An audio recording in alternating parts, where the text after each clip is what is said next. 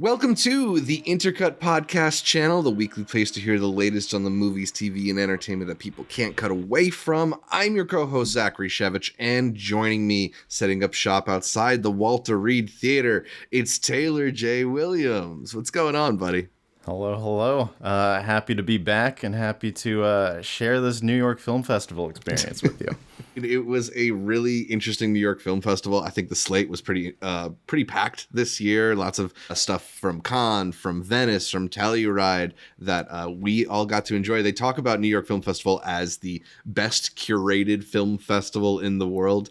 This year, do you feel like it lived up to that reputation? Yeah, I mean, honestly, I have no complaints about the selection. In past years, I mean, this is the first year I've done press accreditation, so obviously I generally felt spoiled that I had the luxury to see whatever I wanted to and basically decide my own coverage on that. But even looking at last year, I feel like so many more movies in this year's selection were really like ones I had already been looking out for anyway. And I don't know. No complaints from me.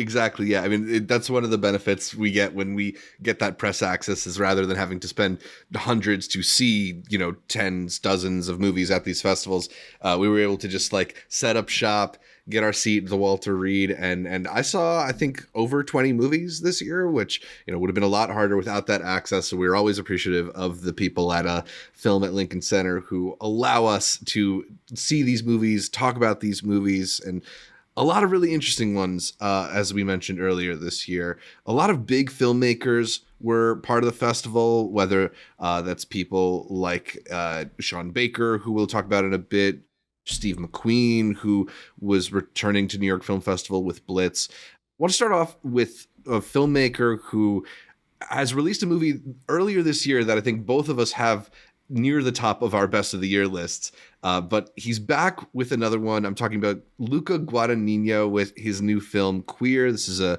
adaptation of the Burroughs novel. This one stars Daniel Craig as an American expat living in Mexico City, doing some heroin and just sort of lounging about. It's a pretty interesting film from Guadagnino that I think has hallmarks of his previous films in them, but maybe not quite like in a package like this one. What was your takeaway from Queer? I think Queer and Challengers coming out the same year is such a great foil because so much of the team is carried over from both, and I think they were made in pretty close succession as well.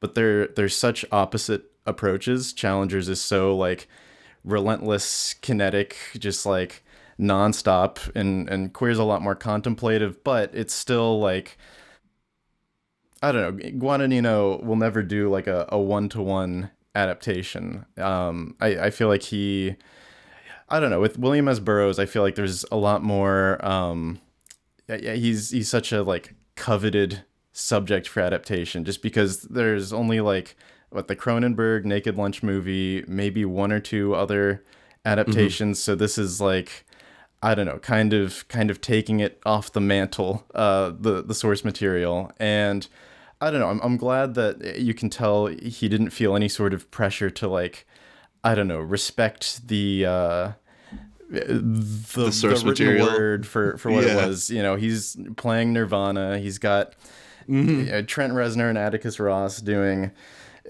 something not too different from what they did on Challengers. Obviously a lot more sparingly. But then, yeah, it's all in service of this much more slow burn, cerebral film. So it was definitely interesting to see the contrast. Of the two, I think I was a lot more mixed on Queer in terms of just like the, I guess, formal gambit. I was really with it at times. I think we talked about this afterwards. There's sort of like it loses you and then it gets you back. I don't know. Maybe you can talk more to that. Totally. Yeah. Because there's all these like really incredible sequences and moments where the film really comes alive, but it does have this very gingerly pace to it as well. And it is, you talk about it as a contemplative film, and it really is sort of like it, in a lot of ways, this mood piece and not so plot driven, not so not so much about the tension in the film as it is like the just exploring these characters. So I don't know. There's parts of the film that I thought were some of the most interesting bits of filmmaking we've seen from Guadagnino. I think particularly in the back half when it gets into this more like Amazonian exploration type of deal. There's some really incredible sequences there, but it is this like strange mix of things. I don't know if you felt quite the same way as I did in that like it almost feels like he's pushing these two films together, and while there are through lines there's just this gigantic stylistic departure to the back half. And it's interesting too, because I wouldn't say that Queer is like an unsuccessful film. I think he is capturing a tone, capturing a mood as intended, but it isn't one that I found resonated with me as much as some of his past work.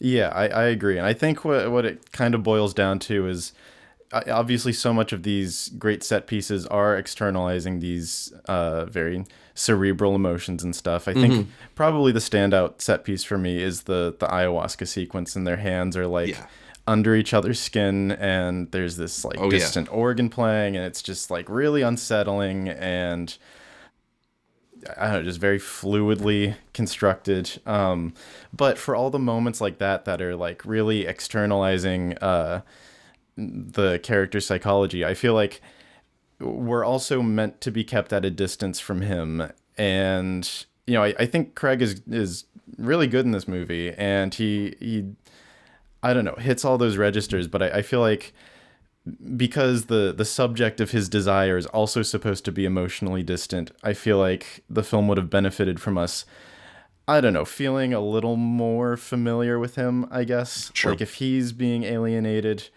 I don't know, maybe, I don't know if I necessarily believe all of that, but I did feel some distance. I don't know if I necessarily was supposed to.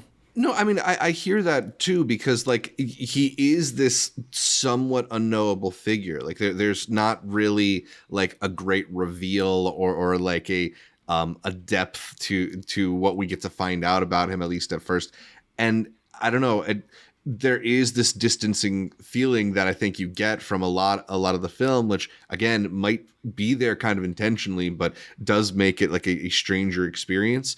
That said, like the Craig performance is an interesting one because it does feel like it's borrowing little bits from like his work in Knives Out. It is very like I forget the character, the name of the inspector, but adjacent to that role, which I don't know. It adds an interesting kind of meta quality to it, but I think he's just such a charismatic performer too that you can't help but be a little bit drawn in by him, even when the character isn't giving you that much.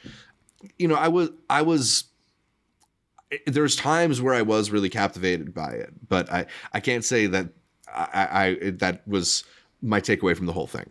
Yeah, I will also add, I think a lot of that sort of blank slate approach, based on what I've read, is like, maybe lends itself to the sort of autofiction angle, the character basically being William S. Burroughs, which is also the case with The Naked Lunch, both the adaptation and the source material. And I am admittedly not that well versed on his life story. So I don't know if I was necessarily... I think there is an extent to which I will like credit the film for expecting some sort of prerequisite knowledge. It is in conversation with his life, and maybe I was not necessarily primed on everything I was supposed to go. Totally, right? Like I haven't read the actual text, so I can't compare it. I can't use that as like my anchor point. But maybe that is something that would be beneficial to have a little bit more of that toehold. But there's lots of people who won't. So I still think they'll get something out of the film, just maybe not quite as much. Yeah, for sure. But it certainly is a big swing from a big filmmaker, as is our next one, Emilia Perez, the latest from Jacques Audiard, which is a film that is a globe-hopping melodramatic, operatic film about a lawyer who's working undercover for a drug kingpin, helping to assist them get a sex change operation. Also, it is a musical. This is a very a very outlandish piece that took Cannes by storm earlier this year. It's left critics, I think, pretty divided. I haven't seen a lot of people in the middle ground on this movie. There's been its championers and people who are absolutely appalled by this film. Where do you think you landed? Are you on an extreme, or did you find some place in the middle? I think I largely found some place in the middle, but I think I swing positively on it overall. It took me a minute to get into the groove of it, just because of how, like, I guess unconventionally structured its approach to its actual musical numbers are. At first, it sort of seems like it's doing the, like, talk singing thing where it's like, you know, these aren't like hard defined musical numbers. We sort of ease in and out of it. And it keeps that up for, you know, most of the movie, but it does sort of settle into more of a balance, and like the songs feel more substantive as the film progresses, I feel. Totally. It's not like a Joker Folie à Deux situation where yeah, the plot stops as soon as they start singing. But yeah, that is something that is kind of interesting about it, is even though it is this like big musical, that it does find a way to very subtly kind of ease its way into the musical numbers. They don't just announce themselves. They slip in and out of dialogue and then will, you know, launch into song almost seamlessly. Yeah, and that's definitely something that has been well established on the stage, and in one-to-one adaptations. You know, I'm thinking of like the 2013 Les Miserables. There were all these featurettes about like, oh, they had the earpieces in and they were singing live so they could ease in and out of it. But I am trying, you know, I'm hard pressed to think of any, like, I don't know, original screenplays that have operated in that style of musical. And also, to what you were saying before, like, yeah, it has different registers of like what the musical number is actually doing. There are some moments where it's like a 2-3 minute scene where the character is just like lamenting their situation, but there are also these like really massive narrative gaps that are filled in by the musical numbers. Right. I'm thinking particularly when Emilia and I forget Zoe Saldana's character's name, but Rita, yes, they start their sort of enterprise. I'll try to keep the specifics vague here. But yeah, just covering a lot of ground in the musical numbers. Totally. And sometimes I found it to be like pretty clumsy in that way. Like I think there are a couple musical numbers here where just the lyrics are trying to do a lot of heavy lifting. I think one song begins with the lyric, hello, nice to meet you. I would like to know about sex change operations, which is just not exactly the catchiest tune, the easiest to hum. But like it is like never really boring, never really listless. There's a lot of energy and the scenes really move, and I think the performances have a dynamic quality to them. This is one of the most interesting performances I think I've seen from Zoe Saldana, particularly not just because we actually get to see her face. It's not hidden behind blue CGI avatar makeup or get up or whatever, but she handles a lot of the tension in this film sort of as the go-between character and a person who I think it ends up having some of the heavier lifting in the film. But I think the main takeaway that most people have from this film is the performance of Carla Sofia Gascon, who I certainly hadn't seen before, but it'll be hard to forget about her after this film. She, you know, the film really rides on your ability to kind of believe her and be interested in her development. And even when I thought the story was pretty bumpy, I was always with her performance. Yeah, I'd say I agree. And it's definitely a situation of like, I don't know, walking out of it, I was like, my biggest criticism would be that Zoe Saldana is sort of introduced as the lead, and as the story develops, again, she's the mediator, audience surrogate throughout, but she doesn't really like, she's dropped into some situations, but I feel like in terms of like actual decision making, she's not doing too much active guiding of the narrative. But again, thinking about like traditions of the stage and even literature, I mean, like, this is kind of a Great Gatsby situation where like the main character is not necessarily the I don't know, focus. The eyes we view the story through. And so as it sort of becomes decidedly about Emilia and not like a dual protagonist situation, I guess similar to how I was shaky on the start, I think the movie redeems a lot of the earlier qualities by the end. I don't know. Again, for all the messiness, I had to respect the big swings, and also just like, I don't know, I had not been too conscious of Jacques Audiard's work, and then we were talking before the screening, and I realized I had seen more of his films than I realized, and I think that speaks to how varied a filmmaker he is. I mean, his last movie was a very grounded, like, urban romance, and now he does this sweeping crime drama. Yeah, I don't think catching up on his filmography in any way really prepares you for what Emilia Perez is doing. Yeah. I mean, you mentioned that messiness. I think a lot of that comes down to the sort of like tonal juggling that this film is trying, because a lot of it is this very like melodramatic interpersonal story of family and hidden identity, and then there's also like a crime saga interwoven into that, and we mentioned the musical parts of it too, and it can feel really random, but again, like I still think I was like mostly entertained by it, even if I found a lot of it to be as you were saying, messy. Yeah, totally. I want to talk to you about a different French film. This one is Misericordia.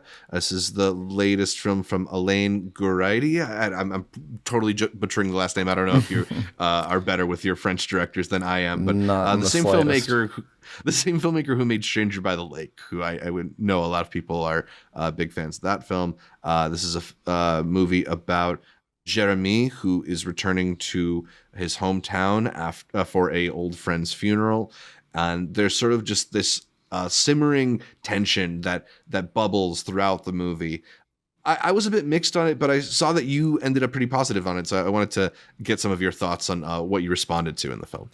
Yeah, I was mixed on it at the start. I think that's another one that sort of retroactively redeems itself as it goes along. At the beginning, it plays out as like, I don't know, kind of a quirky but grounded, like, intimate drama, 5 characters intersecting, and it wasn't necessarily scratching the itch on like that genre front, which is what I thought it was operating in. And then, there's a big paradigm shift in the movie. And again, I thought it was sort of leaning into even more drama. But then the way the characters react to the situation, it's like, oh, we were never supposed to take any of this seriously in the first place. And so it becomes this really dry, farcical comedy that is mostly just like, I don't know, this really narratively tight situation. But there's one conversation with the priest character who, of course, the title of the movie is referring to his relationship with Jeremy, where he is basically like, well, if you're reacting this way about climate change, then, it only makes sense that you're reacting this way about this situation. And one we can talk about later, that sort of overlapping with the Room Next Door, how they both sort of do that thematic recontextualizing at the end. Right. But also for, just face value for Misericordia, I thought, like, I was totally fine just like writing this very low key crime comedy. And I don't know, I was surprised how deftly it landed itself into I don't know, reaching beyond its scope in that sense. Totally. Yeah. I mean, particularly at the end, I think I did finally start to get on its wavelength, and the comedy of it particularly really is revealed by the end. And I don't know, it is a pretty pretty effective, as you mentioned, intimate drama in terms of just like introducing you to the world of the small village, and all the recurring happenings in this film, the characters all gathering to sort of like update each other, and where certain characters are not completely up to date with information you see in real time as they react to one another. It's effective. And maybe, revisiting it, I'd be more on that wavelength, because it certainly, as you mentioned, is able to land it, even if I found it maybe a little less captivating during the bulk of the movie. Another one that I know you landed on more positively than me was the latest Hong Sang-soo, Traveler's Needs.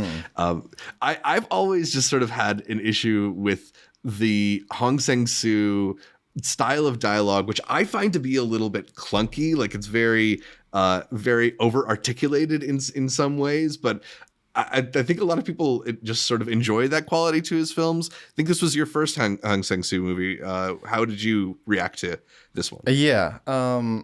So I have long wanted to indoctrinate myself on his work, and I've been familiar with his approach, and one of my professors worded it something along the lines of like, watching his films, you would assume that he just like doesn't understand the basic fundamentals of film grammar, but the way he's able to like sustain that really oddball and like, at first glance amateur style, it really ends up cementing itself as like a conscious stylistic choice by the end. And at the very least, I found that to be my experience with The Traveler's Needs. I am also, I think, more so a fan of movies where characters are perhaps over-articulating what they feel. I'm a big fan of Eric Romer.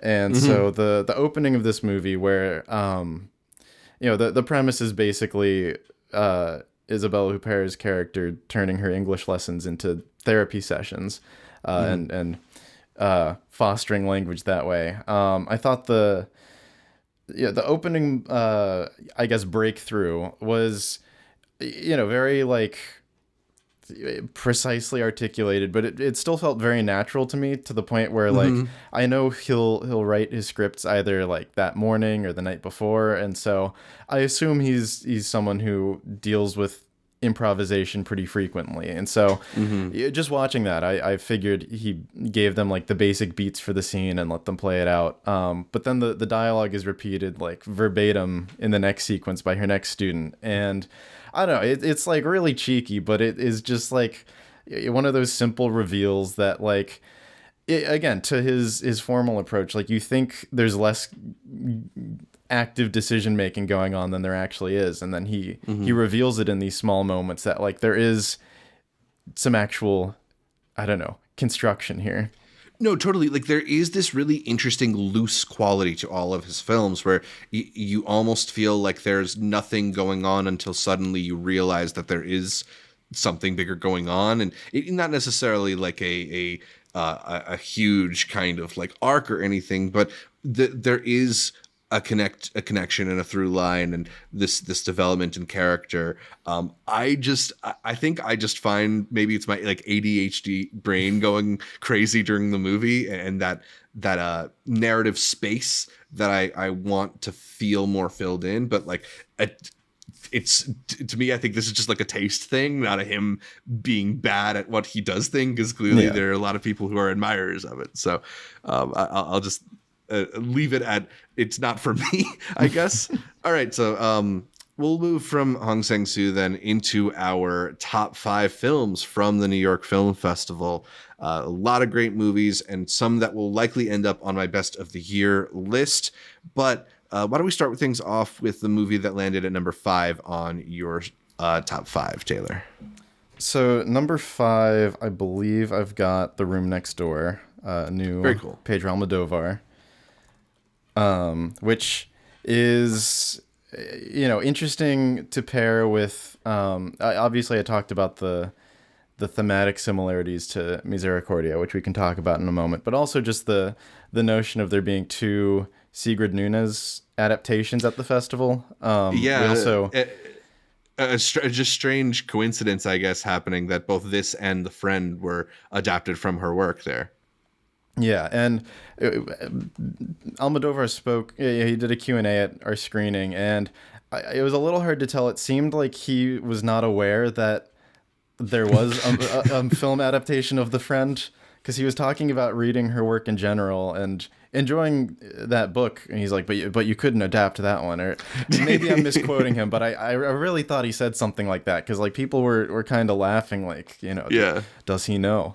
But I mean, I really enjoyed this. I think it's like, I don't know, such a light movie for him. I feel like, he's coming off of 2 pretty emotionally intense, his past 2 features, Pain and Glory, very introspective, and then Parallel Mothers, very like sprawling melodrama. This is kind of just like a light, I don't want to call it a palate cleanser, but it's like, I don't know. I feel like he takes to the material very well. Yeah, it's funny that you describe it that way, and you're not wrong at all, because this is a movie that is about, these 2 friends reconnecting after one of them is diagnosed with a serious form of cancer. And this is a movie that is very much sort of about death and reckoning with the end of your life. But I think it does, as you say, like maintain this lightness throughout. Like there is this sort of like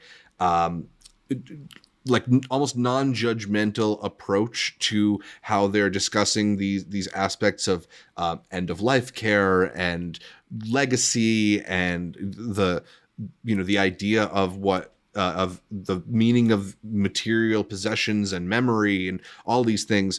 But I just found the dynamic between Julianne Moore and Tilda Swinton in these performances to be very tender in a way that was sweet, even when they were in these sort of dark headspaces. Yeah, absolutely. And I think part of it is, one, just like Tilda Swinton's character's total acceptance of her situation right off the bat. That's not something that like we really need to reckon with. So in a sense, she is like ushering us into that with comfort. But also the, I don't know, I guess casualness of everything that happens in the film, but particularly the setup of like, these are 2 very close friends who just like happen to have not seen each other for years. Not for any like, nothing happened between them. Just There's lost no touch. One of those like they would if their weekends lined up. But then this crucial situation brings them together again. But it's not this like, they don't really have anything to reckon with. And I don't know. I think the lack of tension in every other aspect of their life, I think, foils the inherent tension baked into, Tilda Swinton has like 2 months to live. Yeah, totally. I also think that there's just like, I mean, beyond the performances, I think there's just this humor to the writing that really helps as well. I think Almodovar is able to navigate these situations where you play up the melodrama in ways that doesn't undermine the character's like emotional experience, but is a little bit cheeky in the delivery of it. I found really entertaining. I think this is one of the most some of the strongest acting in a film that I saw this year as well, which again, you have Julianne Moore and Tilda Swinton, that helps a lot, but also John Turturro in a supporting performance, I thought really adds a lot, has a particularly important scene towards the end where I thought his has one of the more captivating monologues in the film as well.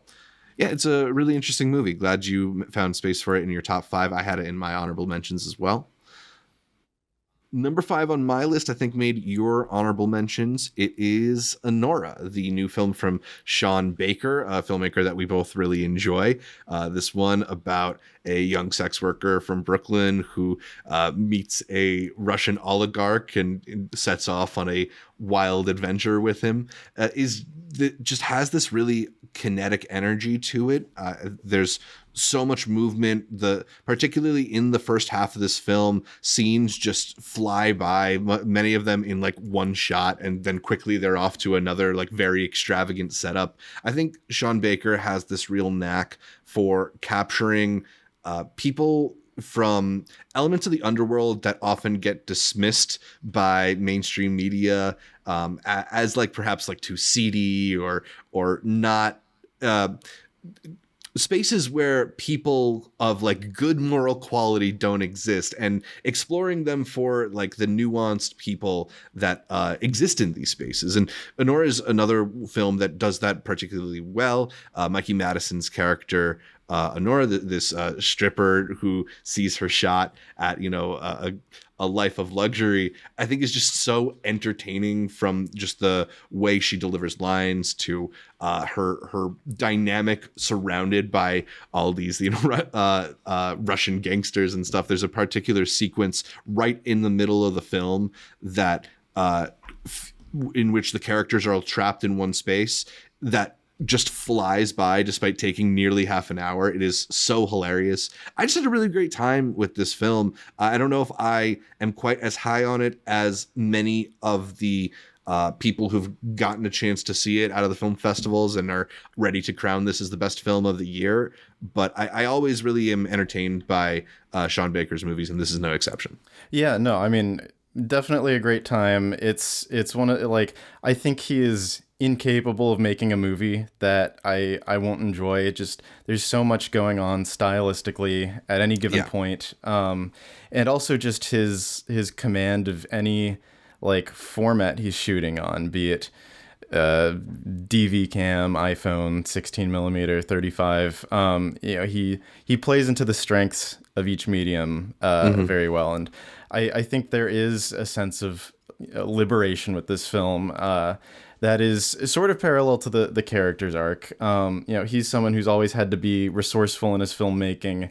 And, I'm sure this wasn't like a massive budget or anything, but by his own standards, certainly an increase that has sort of allowed him to indulge a lot of these set piece ideas. I'm sure he's wanted to for a long time, particularly the excess of Vegas. And when they're running through just after they're getting married, I forget what it's called. I don't know the geography of Vegas too well, but it's that like sort of interior plaza where they have the digital fireworks. I feel like that is just like such a Sean Baker thing to capture, the fake fireworks. I feel like that plays so well into his through line of like, I don't know, people sort of making their own happiness or their own fantasies in whatever circumstances they're in. Absolutely.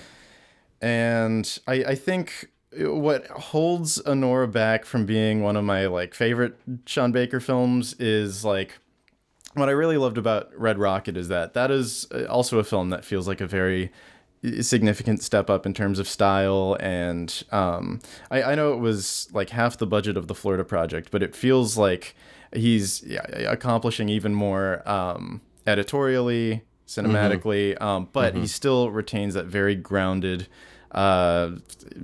semi-neo-realistic quality where he's shooting all these non-actors essentially just like playing fake versions of themselves and letting them provide so much of the character dimension.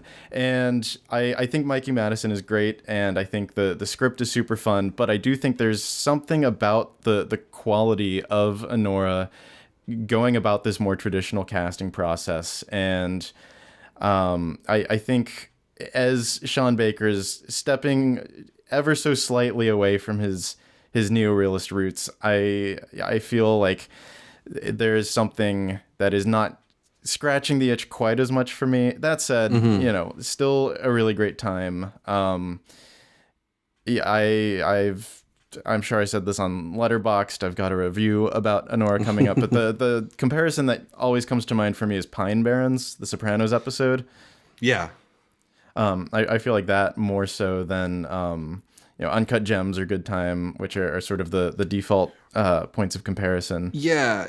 I've been seeing that Uncut Gems comparison a lot, and I think it's sort of, while I understand it, I think that's almost more of a comparison to that scene that I'm mentioning than it is the rest of that film. Like, Uncut Gems to me feels like constantly ratcheting up the tension until it reaches this point of unbearability. Whereas with Anora, it feels a little bit more like slowly releasing the air from a balloon, and just sort of like that sad deflation feeling that you're where you are sort of realizing her unhappy ending alongside her.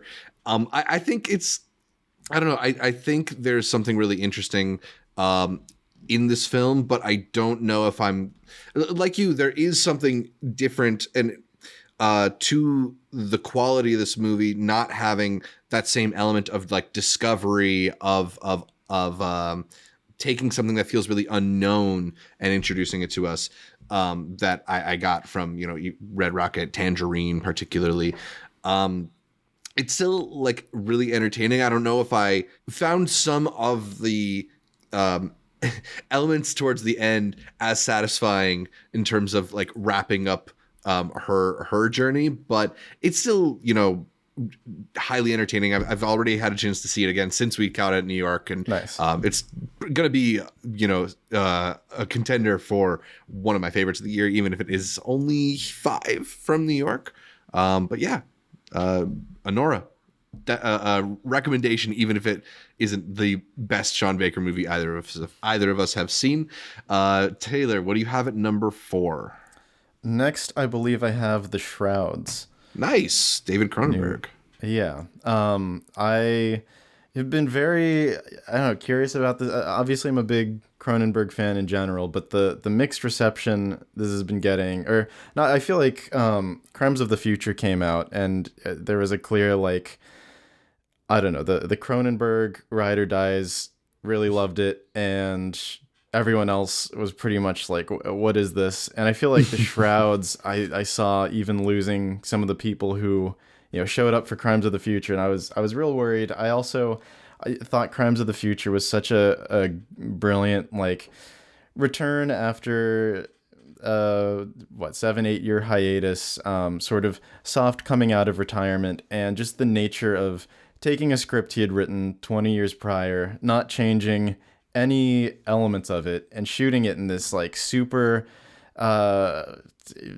digital look in a film about like plastic and nutrients changing the way Cronenberg associates media and his own films with nutrients. And I don't know, it's just this like the film is sort of proving its own point in like the way it leans into those digital aesthetics that I thought was such a great, like, I don't know, if that was his like swan song or whatever, I would have been like totally cool with that. And so hearing that The Shrouds was kind of this like middle of the road conspiracy drama, I don't know, from the perspective, which is maybe, not a way I should be thinking about movies, but just, looking at the macro of like, wanting to leave off on a good note. I was a little worried going in, but I really thought The Shrouds is like, maybe not quite up to the level of Crimes of the Future, but I thought it really has some profound things to say. Obviously, it's incredibly personal to him, processing his wife's death, and also Vincent Cassel playing such a doppelganger of him.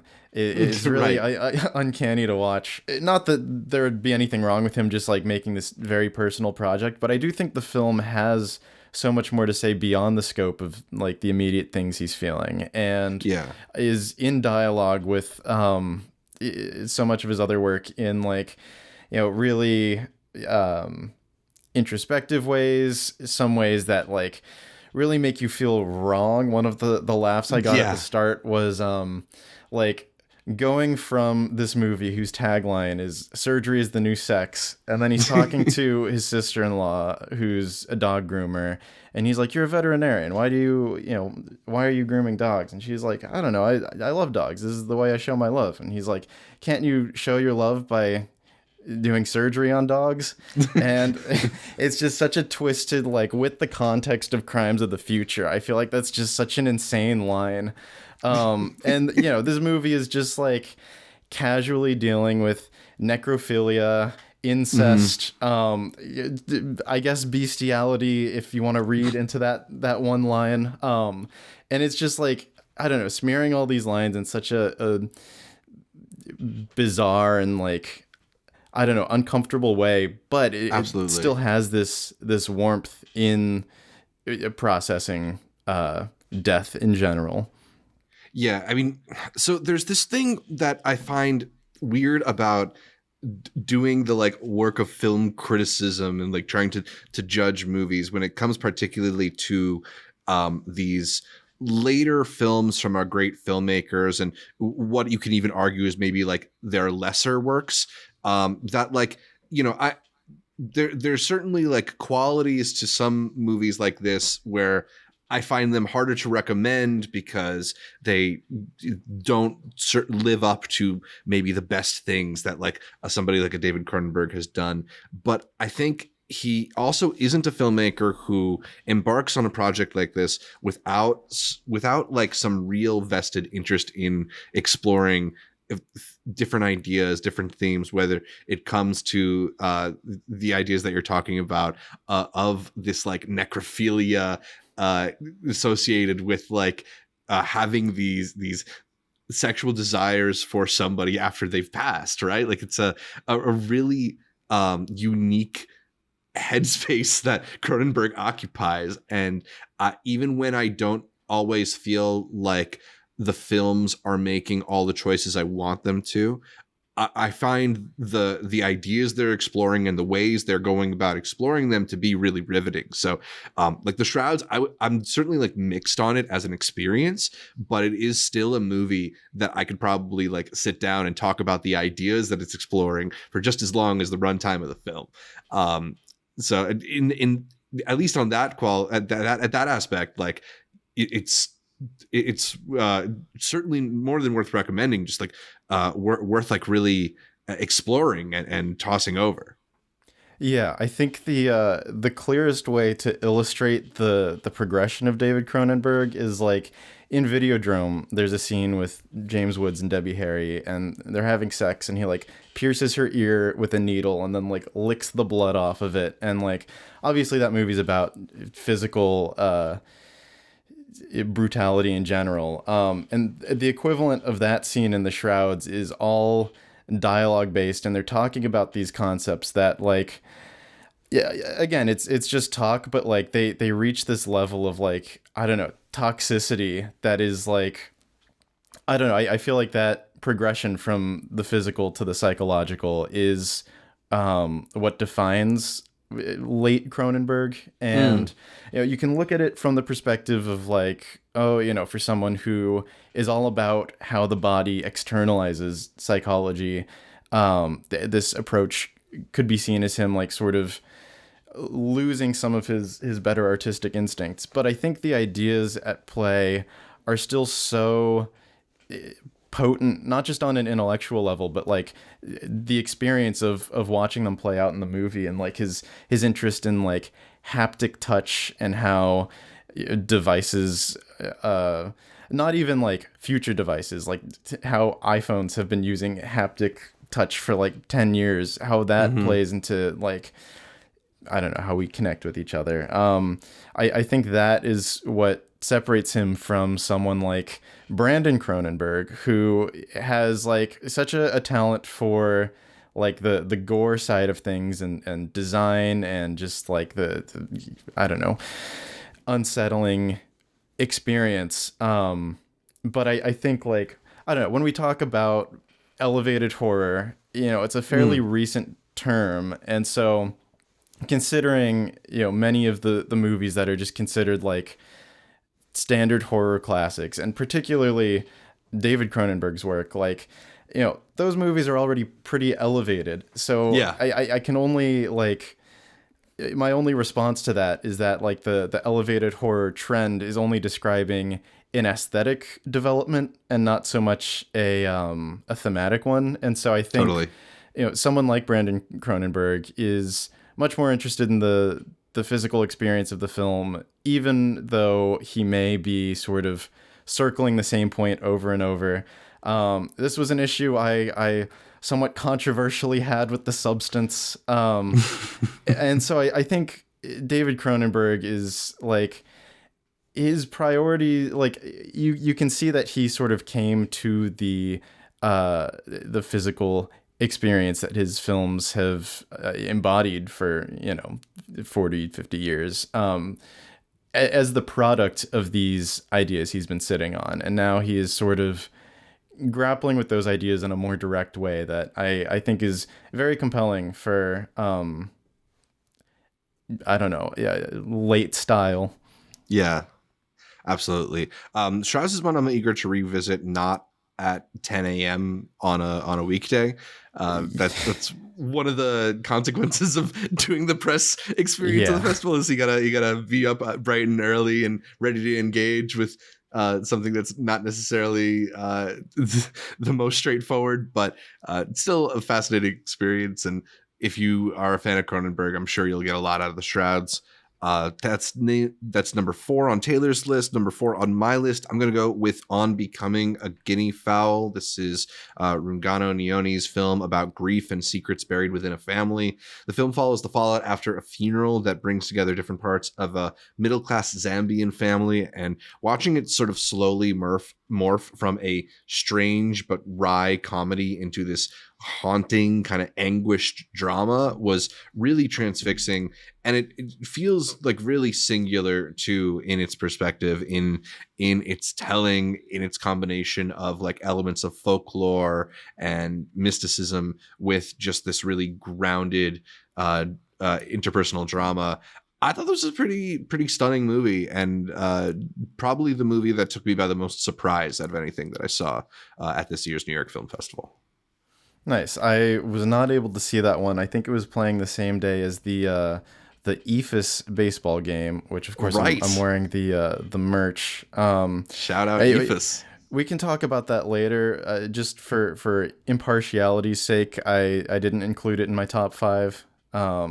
But just, you know, just planting that seed. We could bring it up now, because I was going to mention it in the honorable mentions as well, because I did really enjoy Eephus quite a bit. I'm pretty sure Arturo got a chance to catch up with it at Chicago as well, and also enjoyed it. So we'll probably continue to talk about it on Intercut. Just a really cool middle-age crisis hangout movie of sorts about these two groups of adult baseball teams getting together to play the final game in a league. But we're lucky enough that we have a member of the crew with us on our recap. That's also a pretty unique experience that you got to have at this year's New York Film Festival. What was it like experiencing the festival from the perspective of somebody who worked on a movie playing there? It was pretty cool. There were times where, like, between movies at the press screenings, I would, like, hear the people next to me talking about Eephus, just as, like, a movie on the lineup. And, like, yeah, I sort of had the cocktail party effect where, like, I'd hear Eephus across the room, and I'd, like, and it's still, like, a little surreal that, like, it is now just, like, a movie in people's conceptions of just like the regular lineup. I know it's like there's people watching this movie at screenings that you haven't even heard about right now.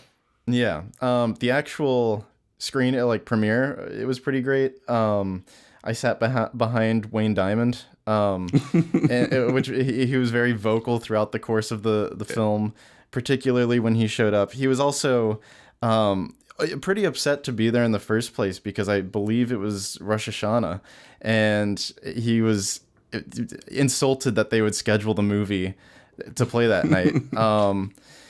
And so I think you were also saying he was upset that he didn't get the invite into the director's booth. The box at the end of the movie, you know, they showed the spotlight, and it was Carson and Mike and Nate and Keith William Richards and maybe one or two other people, maybe Greg Tango, the DP. And again, I was sitting right behind him and he's like, what? They weren't going to tell me about this. He was just like so animated the whole time. That was half my experience watching the movie. His wife, I believe, was taking photos of him during the scene where he shows up. Yeah, because we should mention it is like a scene. He's not the star of this movie.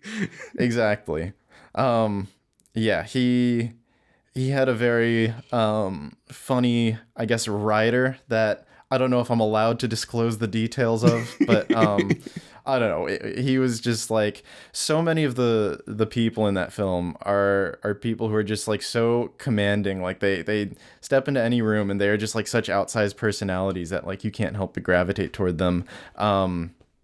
Bill Lee, who was like kind of the selling point of the film in its development, like when they were pitching to financiers, he showed up and apparently thought the movie was like a documentary about him. And they wrote lines for him. He did not learn a single one. You can't even call it not sticking to the script because he didn't even like bother with the script in the first place. But his ad-libbing is so incredible in the movie. He does this one like I don't know, he like kicks his leg up and it's just like it's such perfect timing in the scene. But also he kept like, the movie's about this field being demolished to build a school. And I guess he had just watched Megamind with his grandkid or something. So he kept saying shul by accident. And like it would ruin the take. We'd have to cut and restart because he kept saying shul. And at one point he literally like throws the baseball into like a G&E cart out of frustration because he just can't say the word school. And so like all these actors are like, I don't know, so great to hang out with. Like that was the biggest thing. Like obviously they were cast for these characters that were written, but I think the biggest shift, because it's it seems like a very loose hangout movie, but it was very meticulously storyboarded and structured and shot to maintain this like continuity. That it was very detail oriented in that regard. So I think the biggest like shift as the film progressed was just like dropping some of the written character traits and letting the actors sort of fill in the gaps with their own personalities, which we all found to be even more compelling than the written characters. It was just. Oh, sorry, go. I was just gonna say, like, it totally has that authentic quality. Like, you can really feel that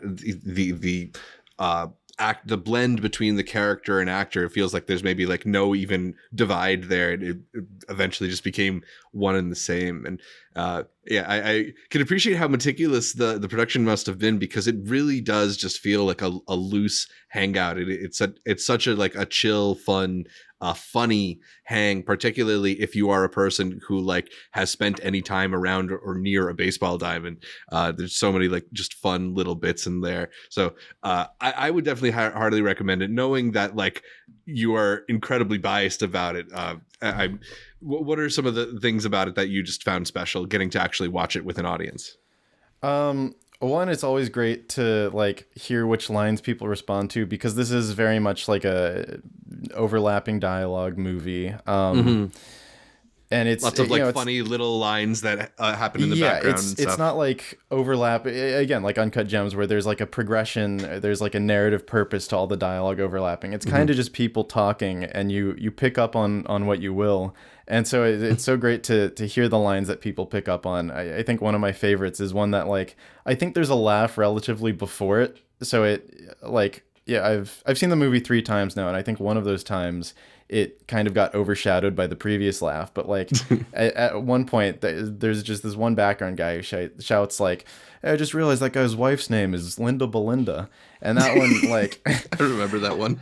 Yeah, that's one that like. Yeah, I knew it was coming up, and I was like, "Oh man, I hope they don't blow it. I hope they catch this one." So that was a great one to hear. And then I don't know, just like all the bits of physical comedy, some intentional, some not so intentional. So like where the River Dogs pitcher gets like hit in the chest with the baseball. That's like the most visceral gag in the film, probably. Then there's another one where Keith Poulsen is running the home, and like the intent was for him to slide, but we didn't really have like a stunt coordinator on set, and like we tried a few different ways, and like we were pressed for time, so he ended up doing kind of like a belly flop, but it ended up working with his character, who's so like, I don't know, kind of broken and limping anyway. So that's one that I think worked well. It plays well in the film. Definitely. But yeah. Yeah. Definitely would recommend it. Absolutely. If you get a chance to see it. So Eephus, we're making it an honorable mention, but certainly one of the best films at New York Film Festival. Those are, I think I just had on Become a Guinea Fowl at number 4 is how we got into this. So let's go back to your number 3. Yes, number 3, I've got Hard Truths, the new Mike Leigh. Nice. I got this one at number 2 on my list. Nice. Yeah, really incredible film. I had, prior to this year, I had only seen one Mike Leigh film, and in the past few months, I've seen Naked and Secrets and Lies, and so I've been, riding this momentum, independent of the festival. I actually didn't know until fairly soon before that he had a film playing there, and I know he's been somewhat more interested in period pieces, also somewhat relegated by lack of funding. And so this is his first like contemporary drama since 2010, I believe. And he just like hasn't missed a beat. The dialogue is so breakneck, so like I don't know. The go-to talking point is like this main character is the exact opposite of Sally Hawkins in Happy Go Lucky, but just like the sheer, not just the toxicity, but like the creativity in finding something wrong with everything. She's talking about baby clothes and how they have pockets, and she's like, why do they have pockets? What are they going to put in there? You're right. Like it's this like pervasive negativity where it's like just the ingenuity in the ways that she can be negative about situations is humorous in itself. And she's so acid tongued, Marianne Jean-Baptiste in this lead role, that like it's both like maddening and hilarious, because it's the kind of person that you would absolutely dread to be stuck into conversation with, but it's so well articulated and so like sharply hilarious for a while, until it just reaches this point, and then like very organically but almost on a dime, this film shifts from a really hilarious biting comedy into like a very moving drama, humanist drama. And I thought it was pretty remarkable in how Mike Leigh sort of navigates that and explores like what kind of is behind a personality this toxic, what goes to what experiences kind of build on this personality, and helped create this, emotional monster of sorts. Yeah. I think this film is also like pretty interestingly a subtly a subtle exploration of post-COVID. There's the elements of like agoraphobia and germophobia that she experiences, as well as the way her son has this kind of like stunted social development to him. But it doesn't like hit you over the head with that or anything else. It just feels really real. Yeah, absolutely. And the line I sort of always default to in describing Mike Leigh's approach to character is that like, he'll give us some like information on, why they're like this. We learn some backstory, usually economic hardship and either emotionally or physically abusive upbringings. And we learn these things, but that's not really like the problem. I think his work sort of defies this very, I guess, Western notion of like character arc where it's like, so-and-so has this problem and we're going to watch him overcome it. Like the characters in Mike Leigh's movies, maybe extensive therapy could help them untangle these things, but more or less their problem is that they simply are the person that they are, and they are living the lives that they're living, and they can't be anyone else. They can't do anything else. And there is, a beauty in, Mike Leigh's always fascinated in process here. You know, a lot of the detail of Pansy's cleaning, but also her husband's work. I guess he's a mover. Lee is always like locked in on the sort of micro physicality of these processes. But there is also this like really intense heartache at the end of it. And I think with Hard Truths especially, just the sheer contrast of how like nonstop the dialogue is at the start and how silent the back half of it is. People just like sitting in the same room for minutes at a time, not saying anything to each other is really powerful. Yeah, absolutely. I was really moved by this film. It is another like really intimate drama. We've been talking about a few of them here, and I found this one to be probably the most effective of those. I think that this is a subtly powerful movie, and I hope people give it a chance because it's certainly one of the best of the year. That's number 3 on your list. Hard Truths is number 2 on mine. I'm going to go for number 3 on my list with The Brutalist, the much anticipated film from director Brady Corbett, the epic tale of immigration and the curdling of the American dream, starring Adrian Brody as a Hungarian Jewish refugee from post-war Europe who arrives in America in 1947 with a brutalist vision that makes him achieve all sorts of unimaginable successes in the New World.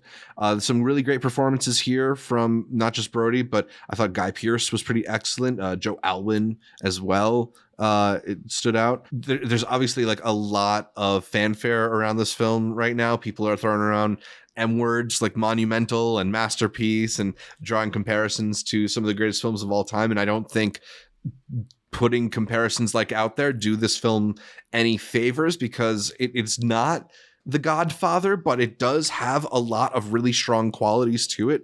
Particularly, I think it is a transfixing film in terms of its just like production details and its visual aesthetics. It was shot on VistaVision and looks absolutely gorgeous, but also just the way they're able to create these environments, create these period details, the sequences where they shoot the different designs that Brody's character puts together, I think are so thoughtfully assembled and awe-inspiring, and the ways in which his sort of meticulousness it kind of reflects, I feel like, Corbett's experience with trying to make films is really interesting. This is a tale of sort of like two halves, in that the first half is this really kinetic thing that has a lot of momentum and energizes you, and then the second half kind of, pulls that thing apart.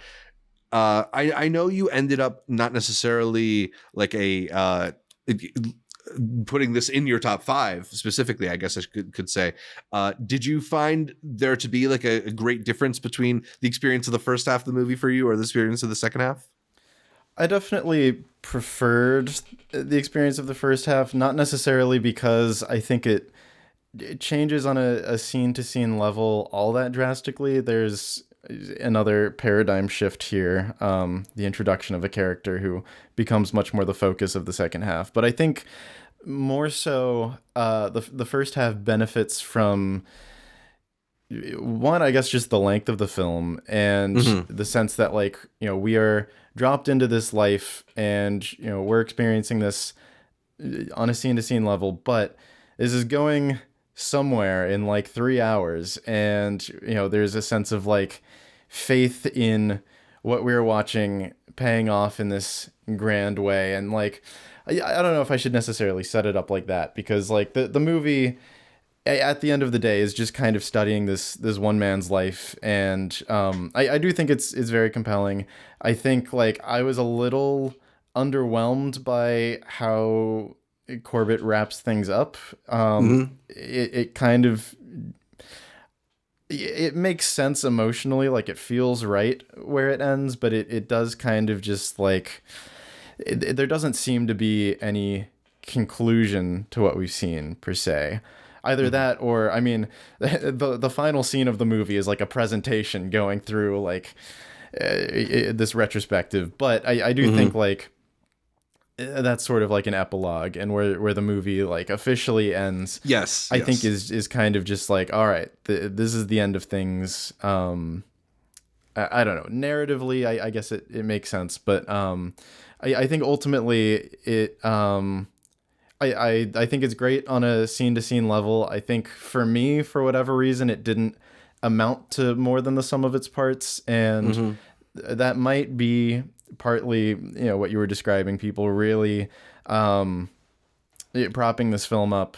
I think the film itself does that to an extent, very bombastic camera work here, but I don't know. I think like on a scene to scene level, I really enjoyed it. And again, not necessarily like the emotional, like the end of it doesn't feel like the sum total of, 3.5 hours, but like there's nothing I'd cut. I enjoyed every scene when I was in it. Yeah, and there is just something to the first and second halves of this film where even though like their objectives are different, and I kind of feel why it feels right to kind of put a divide there, especially like it's nice to actually have a break from just an experiential level in the middle of a 3.5 hour movie. But the first half just feels so epic, even in its scope. And then the second half narrows the focus a bit in a way that feels imbalanced. So even though, like, as you were saying, I think it works like on a scene to scene level, it just doesn't quite have the same weight to it that first half does. Even though I did find quite a bit to appreciate and like about the second half. And it's a film that I'm really eager to watch again because I think Corbett has a lot on his mind in this movie, and there's so much packed within these different scenes, and it's a lot to chew on even after just one viewing. So I wouldn't be surprised to see my opinion evolve on this film, but I also, I'm not going to throw around the M word quite yet. But I will say Guy Pearce is maybe my favorite supporting performance of the year so far. Yeah. He's quite remarkable in it. I'm really excited that he seems to be getting some of his flowers. I've been a fan of Guy Pearce forever. So if this is going to be the it's due year for Guy Pearce, I have no problem for that.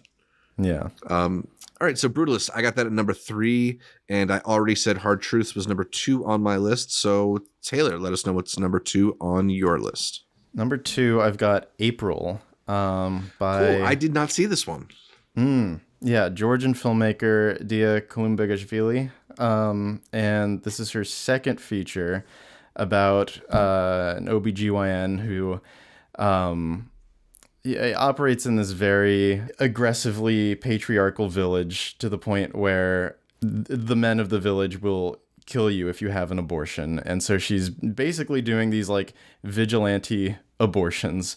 But even describing the film in that terms feels like such a betrayal to how like this is very much a slow cinema entry. But more than just slow cinema, there's something like really like macabre and like somber and grim about the film. There is this like lingering character design thing following us around at every location. It's like this misshapen body that isn't necessarily supposed to represent like an actual stillborn child, because the other A plot of the film is she's dealing with this botched delivery, and the parents are suing the hospital, and they're doing an investigation of the particulars there. But it's not like, it's not like in Blonde where we see the imaginary aborted baby talking to Marilyn Monroe. This is very much like an abstract design that like evokes some of the darker things we've been shown, but is kind of just like, I don't know, exists in a vacuum. It's not pointing to any one specific thing. But the way the movie I don't know, goes about it. It's very minimalistic, and a shot will be like 6 minutes of just like a guy standing next to a couch with like very light handheld, and then he'll like take 2 steps to the right, and it like I don't know, there's this like very minimalistic sense, but like it's still very clearly meticulously orchestrated and blocked, and there is like I don't know, performance going on, and the actors are like attuned to timing, in like I don't know, high octane theater. The thing that's impressive is like everyone hitting these beats on time with like so many moving parts. This is like it's impressive because everyone is keeping this like internal metronome of like 5 minutes will go by, but then they'll do the same thing on the same cue. And that's maybe a more like I don't know, meta way of looking at it. Like the actual experience of it is like doesn't really call attention to the performance at all. And more than that is the fact that this film features a few unsimulated birth scenes that are very graphic, very brutal. And I've been fascinated, especially in the first leg of the festival, or at least how the press screenings were ordered, with this fascination with unsimulated footage. The Seed of the Sacred Fig, this film, Grand Tour, like to say unsimulated is maybe not the right word. That's kind of just documentary footage, but there is still like a trend of these films utilizing reality, not necessarily in the neorealist sense, but in the sense that like we're watching something that like you can't even like you can't even stage this in filmic tradition. This has to be filmed to convey what it's trying to convey. And with April and the Seed of the Sacred Fig, it's just such a brutal I think what I've said about it is that the fact that it shows these things is like the film saying that the film itself shouldn't exist. Like it shouldn't have to show these things. These things shouldn't be happening, essentially. And I think the way April balances that extremism with this like very carefully choreographed slow cinema approach. I don't know. I think it's very like thoughtful and considered, but also very urgent as well. And I believe Kulum Bekashvili grew up in this the village where the film takes place. So very not just a personal connection, but like clearly an urgent like things are bad. Things should not be this way. A call for help or something. Yeah, exactly. And so that was just a really powerful experience. That I didn't read too much about the film going in, and that's one of the ones that really impressed me. Yeah, I've heard a few people react very strongly to this one. I'm upset at myself for not getting around to it, but this is more motivation for me to put it high on my watch list that you responded so strongly to it. I know you mentioned Seed of the Sacred Fig in your discussion of that. Did that end up on your list or just on our honorable mention? That happens to be my number one of the festival, I will say. All right, great. Let's talk about that a little bit then. All right, yeah. I think, well, again, in conversation with April, showing this real, not even news footage, but like firsthand account iPhone footage at these protests in Tehran, right. With many frames of like either severely injured people, or I believe there are images of dead bodies in the film that, the whole point, the film was made in secret from the Iranian government. And I believe he's like facing severe legal action for making the film. Yeah, a fugitive from the government now, in exile from the country, the director Mohammad Razlouf. And it's just an instance of like practical realities dictating form in a way that is I don't know, very again, urgent is the word I come to. Obviously, it makes sense that like he is making a film about these protests and how the government operates. And if he were to stage these protests, that would obviously be a huge red flag. But because of that sort of practical barrier, it actually paves way to, our perspective in the film, basically taking place in this privileged family's apartment, removed from the actual on the ground situation. And so it becomes about information and news censoring. Totally. And in that way, it's something that extends beyond just, Tehran or Iran where these protests are happening, but to anywhere with unrest and anywhere in which our media dictates what you actually learn about these different movements. So to me, like the way that it depicts sort of the generational divide in this family in terms of how they are learning about the unrest in the country, how they are sort of like processing the news and processing their role in this developing unrest. It to me, it's something that I haven't seen that experience mirrored in an American film regarding our social unrest nearly as well as this film is able to articulate it. I found that, not only like completely relatable, but completely captivating. This is a film about a patriarch of this Iranian family who gets a promotion to being an investigator amidst all these nationwide political protests, and the tension that then arises within the family after that.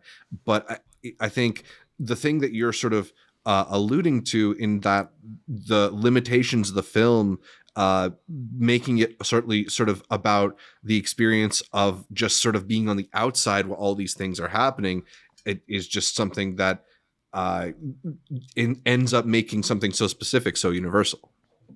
Yeah, exactly. And I think the family drama is so, like, even without all this I don't know, formal stuff and the inclusion of real footage, and it's just, it would work on its own as a narrative because it's just so nuanced and so well written, but also it is so grounded in this specific situation, this specific real world situation. But the language the family uses to talk about it is so vague, isn't the right word, but it is universal. It is talking about it in terms that apply to any situation. Obviously, it reminded me of many situations in the US and also around the world. But like thinking about, this is maybe not the best example to, I don't know, foil with the Seed of the Sacred Fig, but I was thinking about the latest season of True Detective, which was clearly written in the throes of summer 2020, and even though it came out this year and is not like, has no I don't know, explicit ties to this, it very much feels specifically like the product of the George Floyd protests, and in a way that I think detracts from the commentary it's going for, because it feels so bogged down in the time it was written in, released 4 years later.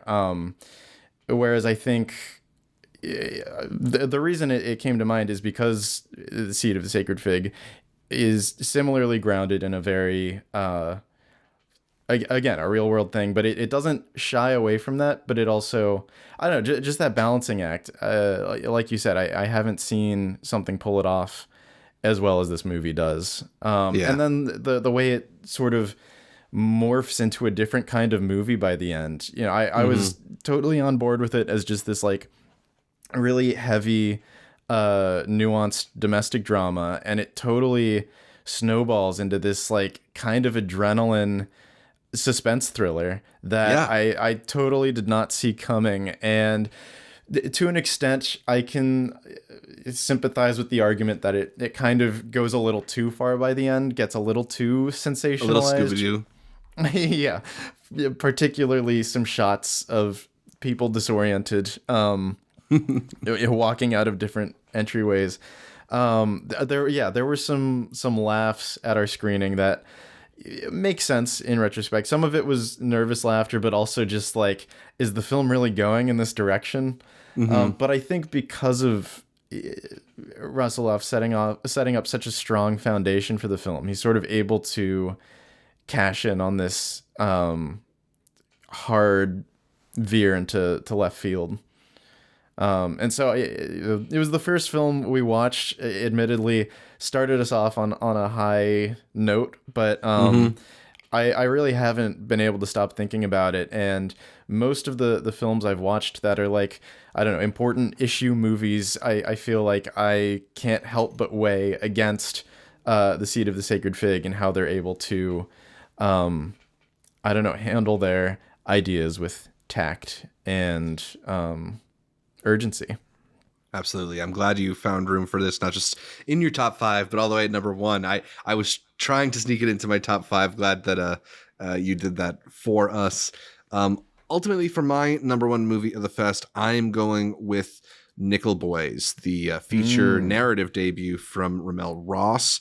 A really powerful film about a couple of Black teenagers who end up in a reform school in Florida and navigate the trials and tribulations of that experience there. But the film is just so transfixing in its perspective, because the whole thing is shot with this kind of POV perspective, whether it's kind of like a first person or occasionally third person lens. And I just found that the way that Ross assembles this film was so like tender and experiential. Like, it's not, I think there's a way in which it could have come across far more gimmicky, but through the way that the cinematography is handled and its focus on these intimate details, whether it's like hands sort of reaching out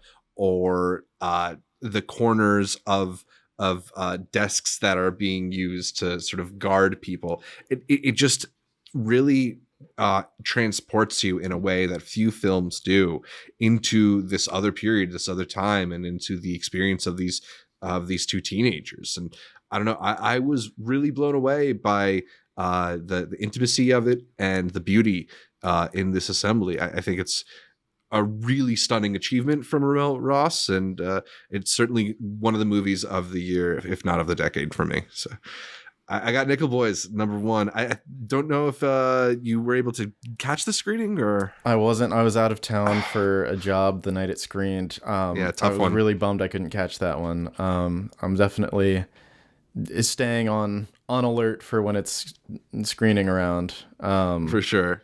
Yeah, we'll have to catch up when you get a chance to see it, because it's a really interesting movie. I'm curious your thoughts on it. Another movie that did not end up in either of our top 5s, though.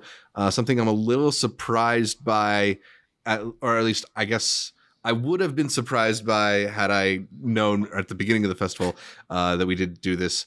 Stephen McQueen's Blitz, the new film from a filmmaker I think we both really like. This movie is set in London during World War II, and it follows 2 characters, Rita, a single mother, played by Saoirse Ronan, as well as her 9-year-old son, George, played by newcomer Elliot Heffron. As the bombing in London escalates, Rita puts George on a train to the countryside in order to evacuate him from England's capital, but he escapes, embarking on a wayward journey home. While I like a lot of the films that Steve McQueen made in that Small Axe series, this film feels like the biggest project he's done since at least Widows, if not before then. But Taylor, I feel like we both ended up walking out of this one a bit underwhelmed. Yeah, a little bit. It's like certainly an abrasive theatrical experience. I know we were talking about the opening scene. Is all about the physicality of this fire hose that's just like knocking people out. Just the caliber of the havoc around our characters. But I think we were both a little surprised how little Steve McQueen plays into his sort of signature stylistic tendencies. I feel like this is such a ripe subject for experimenting with real time and time as a subject at all. It takes place over the course of 2 days, which is a pretty limited scope, but it does feel like we're sort of jumping from set piece to set piece, not really lingering with any of the characters George encounters. And I think any one of them, if we had just stayed with them, I think would have made for a more compelling story. I know this is sort of an Odyssey story structure, but I don't know. I was just a little surprised by what drew Steve McQueen to the subject matter. It definitely explores race in a way that a lot of movies about World War II haven't addressed, especially in the domestic sphere. Not so much, we don't see any of the actual like fighting. We're purely in the civilian perspective and sort of seeing life in London, kind of adapting to life during the Blitz, but also not being able to managing as best as they can, I guess. And that backdrop probably is the most interesting element of this, getting, as you mentioned, kind of the domestic front as the war is escalating, as the bombs are getting worse, and the elements of race and particularly the lack of togetherness, I guess, is sort of antithetical to how we often talk about times of war bringing nations together. Instead, you see a lot of people acting individualistically, acting selfishly, not looking out for one another. There's I think those elements of the story are pretty interesting, but they're ultimately not as strong as I think we've come to expect from McQueen. The way that he often is able to exemplify how class sort of divides people. And there's a really interesting moment in the middle of the film in which we follow the action in and out of a kitchen at a banquet. And that's probably the most alive this movie feels. There's just a lot of other places where it doesn't quite have that same verve. And you mentioned the sort of Odyssey story structure. I think when films like that work best, there's just this sort of natural momentum to the way that the stories flow and the way that the characters move from set piece to set piece. And I just found there to be like uncharacteristic conveniences for a Steve McQueen film in this. There's a situation where George, the 9-year-old boy, finds himself accompanied by somebody who is really helpful to him and is about to, solve all his problems. And then the way that character ultimately leaves the story is so anticlimactic, so like unmotivated, just kind of told in an aside, not even shown on screen. It just doesn't all work for me as well as the moments that do really work for me. And there's also a bit of didacticism with how they portray some of the racial elements in this film. So I don't know.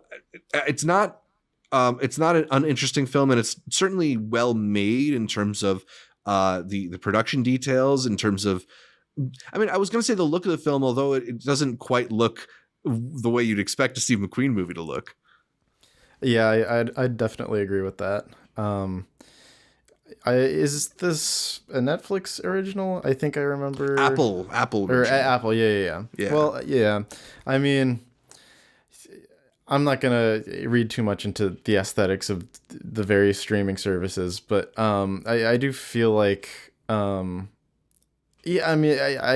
hate to say it, like it sounds like such a stock criticism, but it does just look kind of generic or unauthored. Yeah, a little bit. Yeah. I don't know, mixed bag. And to what you were saying about that one character's exit from the film, not only is it like I can get down with like the matter of factness with which we receive the information, but the characters, no, it felt a little too convenient, and I think there are a lot of conveniences throughout the film that feel just like so not grounded in the kind of like really immediate social drama Steve McQueen's trying to contextualize in this more sensational setting. Yeah. Yeah, definitely a bit of a disappointment, but I don't know. I'm curious to see more people's opinions on it because I saw a lot of people coming out of this film a bit more enthusiastic than I did. Shout out my my non-platonic roommate Caitlin, who enjoyed this film. But yeah, not one that made either of our top fives. Another film that didn't make our top fives. One last one that I just want to give a quick mention to is the film that we did briefly shout out earlier, The Friend, the Naomi Watts dog film. This is a movie that is about what happens to Iris after her friend Walter suddenly dies and she's left to contend with his unfinished business, including tending to his Great Dane named Apollo. And, you know, it on its surface, it looks like a kind of treacly dog movie of sorts, but I think we both were a bit surprised by some of the depth in this one, even if it didn't necessarily blow us away. What were your main reactions to The Friend? Yeah, definitely a more pleasant experience than I thought. I know this is seeing the promotional stills of Naomi Watts walking through New York with the Great Dane. Like, I know this is such a bad faith reading, but I couldn't help but think of the Clifford the Dog live action, or like the Tom and Jerry live. I don't know. I was like, what is this movie? It seems like such an outlier in the lineup. I had not read, I had not heard of Sigrid Nunez before the festival, and of course we talked about how she has two adaptations playing. I think, very, I don't know, cozy Manhattan story that in dealing with grief, I guess that is a subject matter she's very interested in. Where The Room Next Door is much more like, I don't know, compartmentalized about it. Like, there is a therapeutic quality to that, but this movie is a lot more like, what's the word I'm trying to think of? Saccharine, I guess. It is very much like a warm hug throughout the whole runtime. But it manages to build up these pretty nuanced relationships I found between the characters. Sorry, you can go. No, I was just going to say there's like a gentleness to how this movie deals with grief. And while like, I think you could say it's cheesy, I don't think it ever really steers too heavy into that direction. I think it remains somewhere that it just sort of feels tender. Yeah, totally. I think in like the last 30 minutes, that's where it really started to lose me.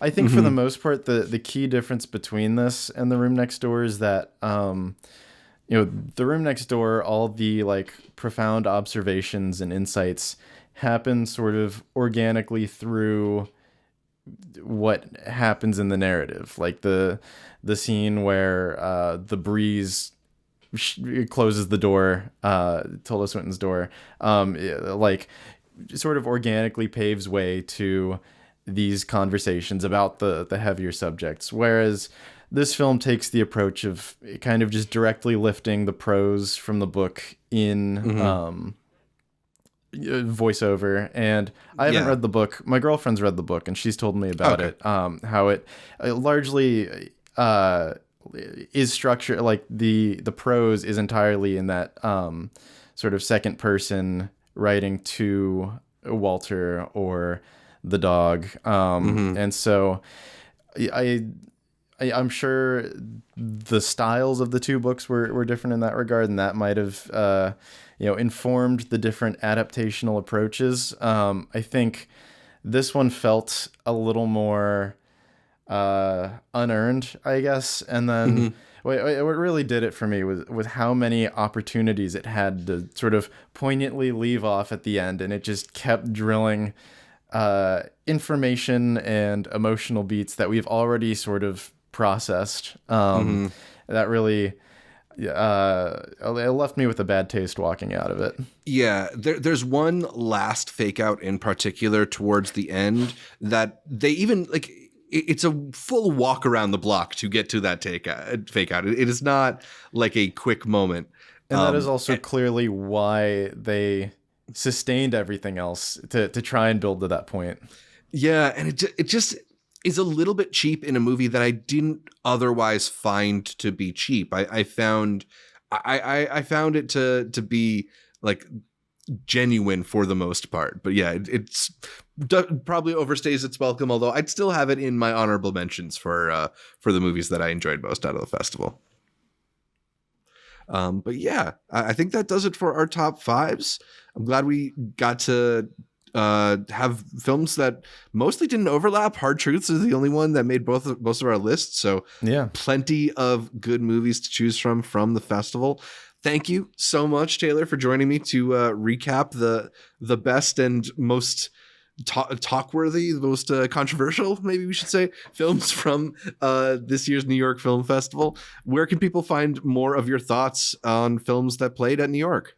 You can find me on YouTube at my name, Taylor J. Williams. You can find me on Letterboxd or Twitter at Taylor Film Guy. Thanks for having me. Pleasure as always. And I'm glad we could sort of have a more sustained talk about these films, because the screening schedule is so like you have 5 minutes to use the bathroom and drink water, and then you have to book it for a seat. And so, I feel like, most post-movie discussion has to be pretty abridged. So, happy to talk more in depth. And I will say, I love the movies, but my highlight of the festival is definitely the cookies.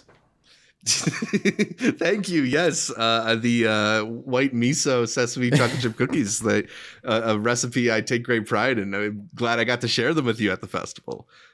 Glad I got to enjoy them.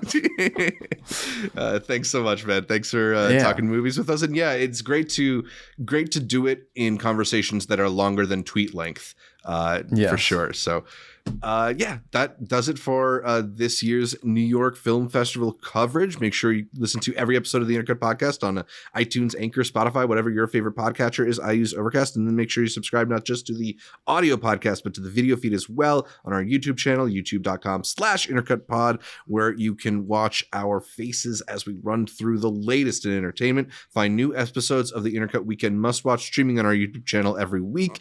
And please leave us a comment, like the videos, consider heading over to iTunes to give us that much requested 5-star review. You can follow us on Facebook, on Instagram, on Twitter. You can support our Patreon. All of them are available at Intercut Pod. You can also support us by clicking the member button here on YouTube. And all of those places are great ways to get updates throughout the week from me, from Arturo, from Taylor, from all the guests that we feature here on Intercut. Thanks again for tuning in. And until next time, shout out to Alice Tully.